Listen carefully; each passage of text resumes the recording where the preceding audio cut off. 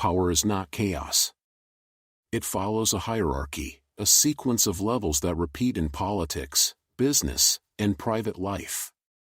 Each step changes not only how much power a man holds, but how visible and vulnerable he becomes. Niccolò Machiavelli was the first to strip this process of illusions. He studied rulers not as ideals but as mechanics of control, and what he found was simple: survival, obedience, manipulation, command, and finally, the invisible hand that bends them all. This video is not about motivation. It is a breakdown of those levels, how they operate, and why understanding them decides whether you remain controlled or learn to control. Level 1: Be obedient. The obedient man doesn't realize he is obedient, and that is the genius of the design. He believes his thoughts are his own, his choices decisive, his freedoms earned by fairness. In truth, they were permitted for control. Because the man who thinks he is free enforces his own cage. He wears unseen chains and protects the very hands that forge them. The obedient live by repetition and reaction. They answer instead of act. They consume instead of create. They comply instead of challenge. Ask them why they wake, why they work, why they endure, and their voices collapse into borrowed phrases. Because I must. Because that's just life. These are not answers but shackles disguised as wisdom. Look around, they fill cities, classrooms, offices, churches, stadiums. Strip away their uniforms and routines, and they dissolve into the same gray mass, faceless, interchangeable, endless. Obedience is not a lack of ability, it is a choice of submission. He waits to be told.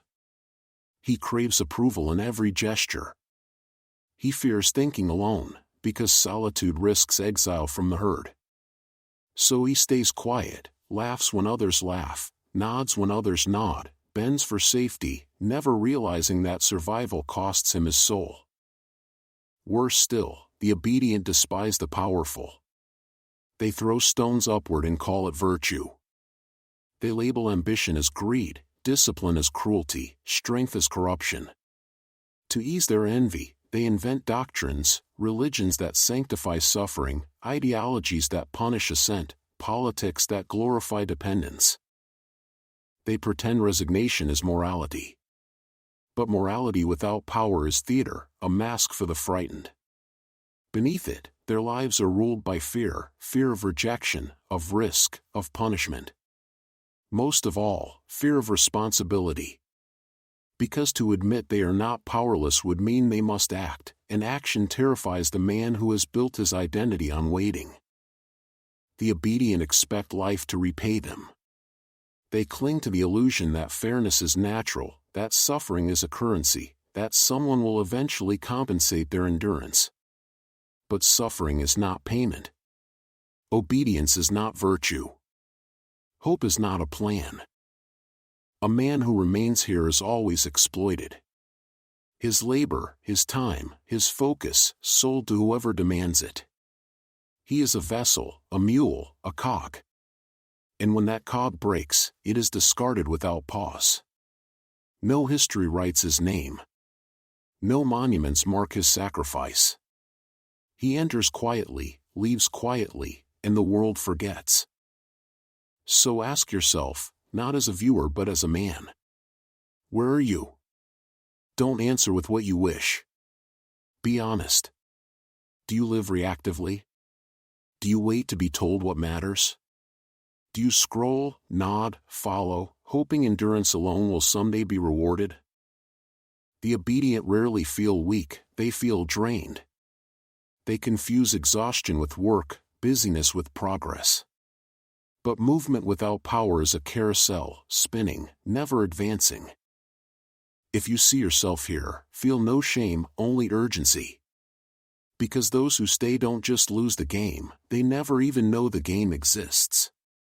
They confuse endurance with intelligence, survival with wisdom.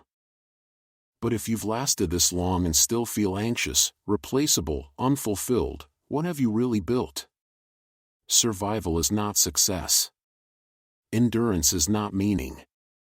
Obedience is not nobility. This is your signal. Level 1 is not your cage, it is your summons. Beyond it are those who enforce, those who scheme, those who rule, those who vanish. To rise, you must stop lying to yourself about where you stand. Power begins with clarity, and clarity begins with pain. And clarity is dangerous. Once you recognize your place, you cannot unsee it. The moment an obedient man becomes conscious of his chains, he arrives at a crossroads: remain numb or awaken. Level 2, the servant of power. If a man chooses to awaken, he steps into level 2. Here arrive those who have tasted power for the first time. They are no longer asleep, but they are not yet free.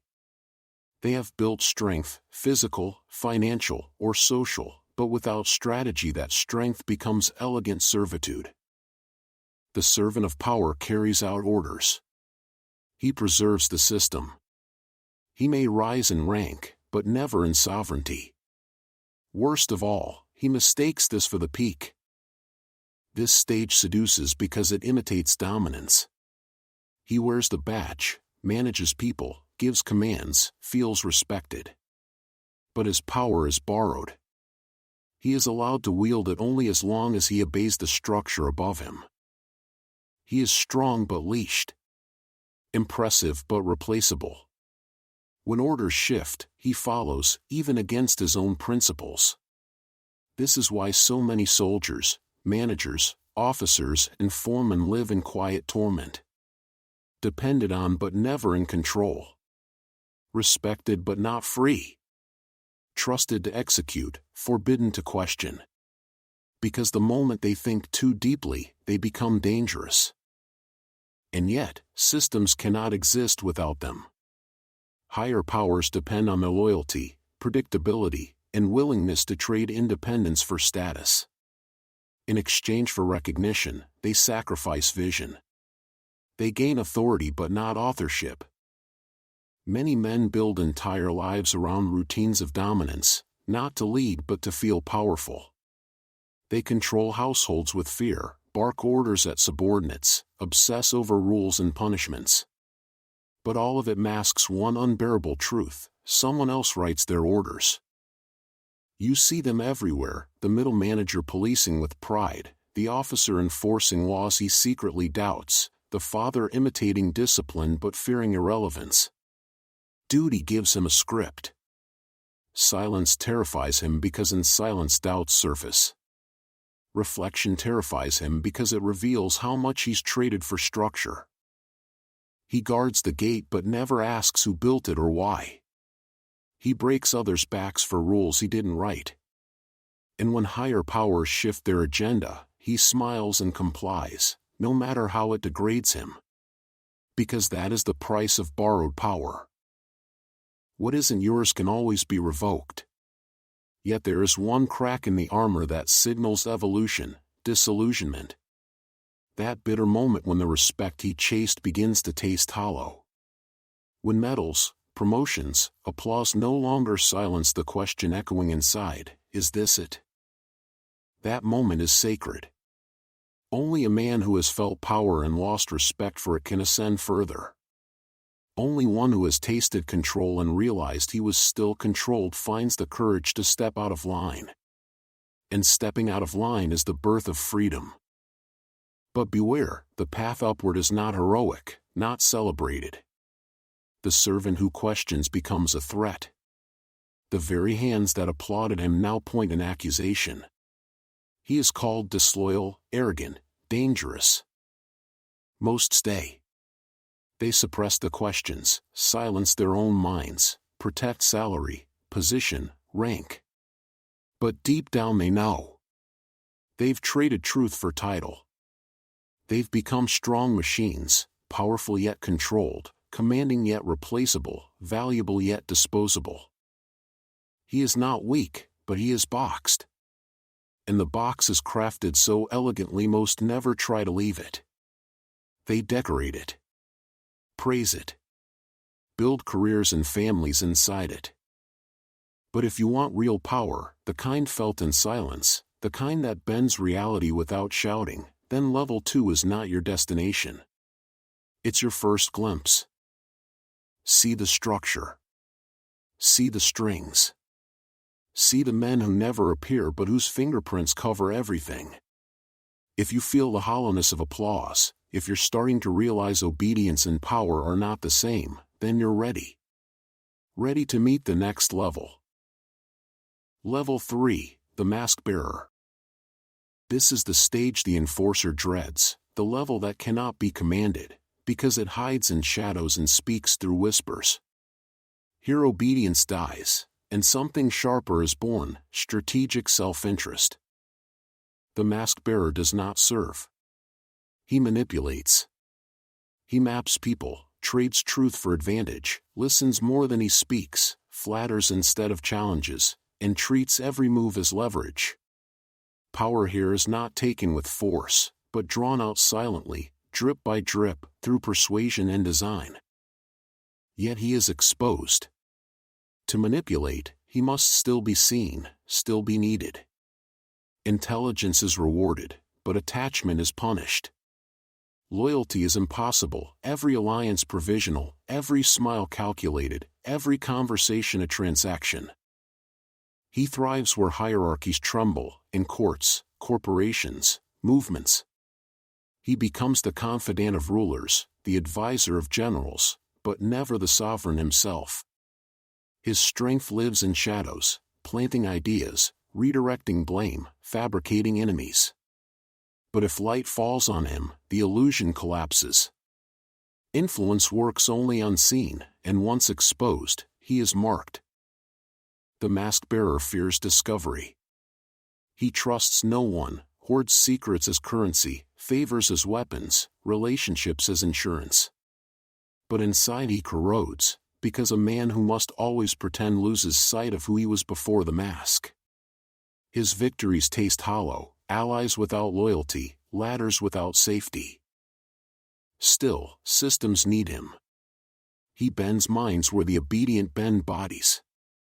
He shifts culture, alliances, opinion.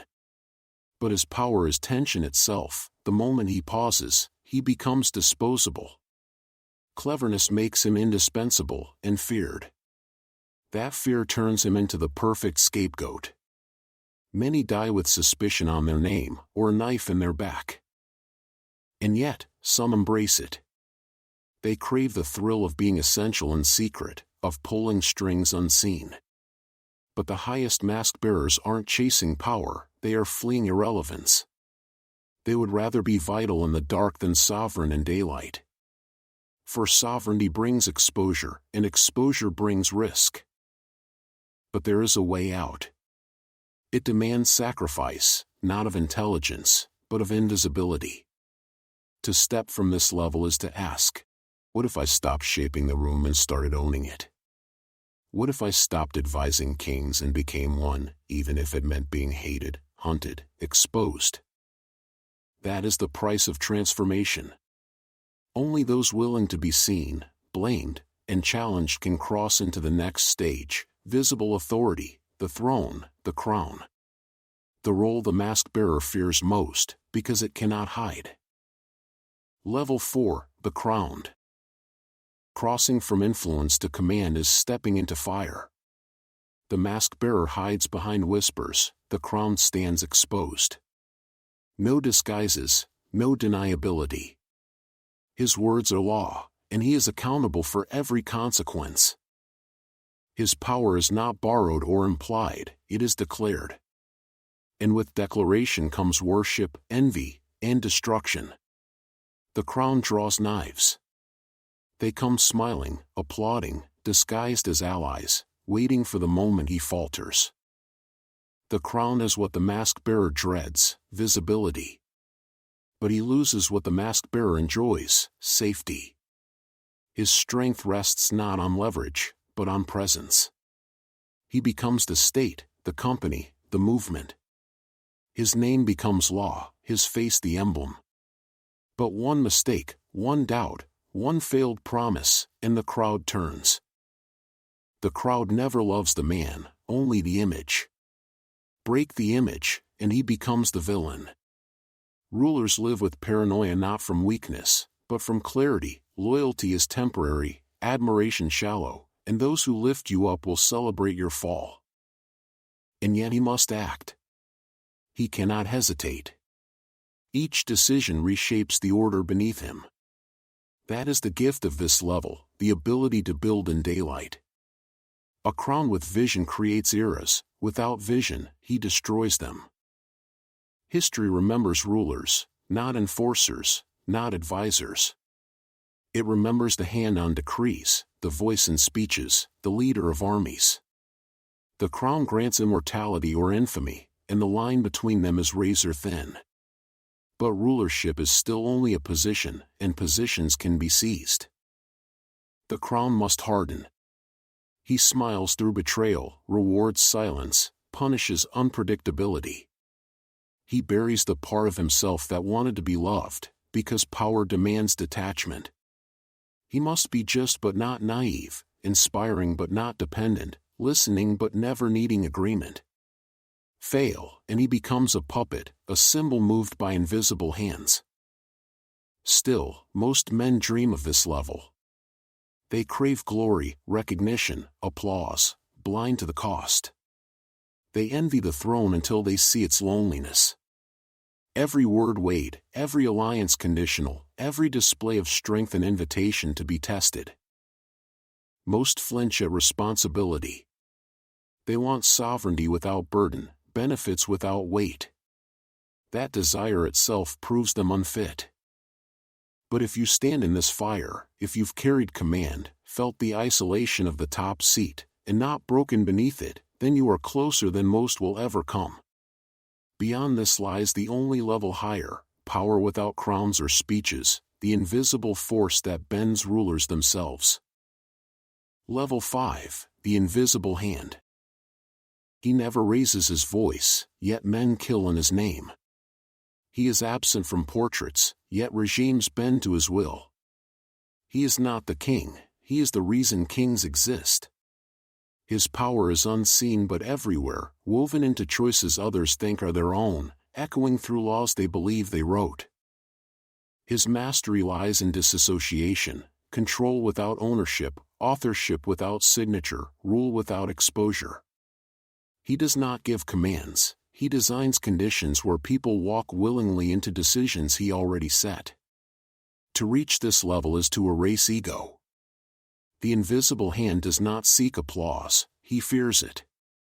Recognition is vulnerability. A name can be attacked, a role stripped away. But a myth, a force behind the curtain, cannot be touched. His fingerprints stain everything, yet his identity dissolves like vapor. Expose him and you are dismissed as paranoid. Succeed, and you find he has already prepared a replacement. True power never attaches to one body. It flows through systems, symbols, proxies, like a virus hidden in the host's DNA. He speaks through others, a CEO executing a sudden acquisition, a politician reversing overnight, a cultural figure shifting conversation with a single gesture. These are not accidents. They are architecture. The masses debate symptoms, never tracing the source, too embedded, too seamless, too quiet. The invisible hand does not fight for power. He sets the board so others fight in his place. He does not fear rebellion, he manufactures it when necessary, to purge threats and remind rulers that their grip is borrowed. He knows all visible power breeds resentment. The crown turns into a target, the billionaire into a villain, the general into a tyrant. But what cannot be seen cannot be attacked. What has no name cannot be overthrown. So he cloaks himself in institutions, in boards, in offshore accounts and cultural currents. He funds both sides, shelters rivals, whispers to kings and then to their enemies. He plays centuries while others chase seasons. But not every mask-bearer becomes invisible. Not every crown can disappear. To reach this height requires one final death, the death of identity. No face, no allegiance, no ideology. Trusted by all, owned by none. Loyalty here is transactional, relationships expendable, even self-image fluid.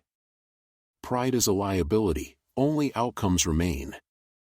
This is the coldest form of power, to influence without credit, to command without acknowledgement, to vanish and still dictate the outcome.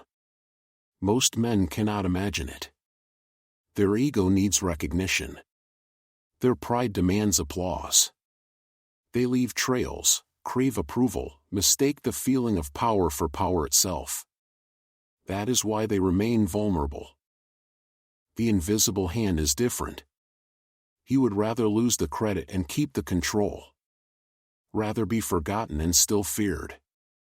Rather rule in silence than reign in noise. That is what makes him untouchable. No one resists what they cannot see. No one rallies against a whisper. If you've walked this path, from faceless obedience to borrowed strength, from masks to crowns, and now face the abyss of total detachment, ask yourself, are you willing to vanish to win? To trade your name for legacy, your face for force, your fame for permanence? Most are not.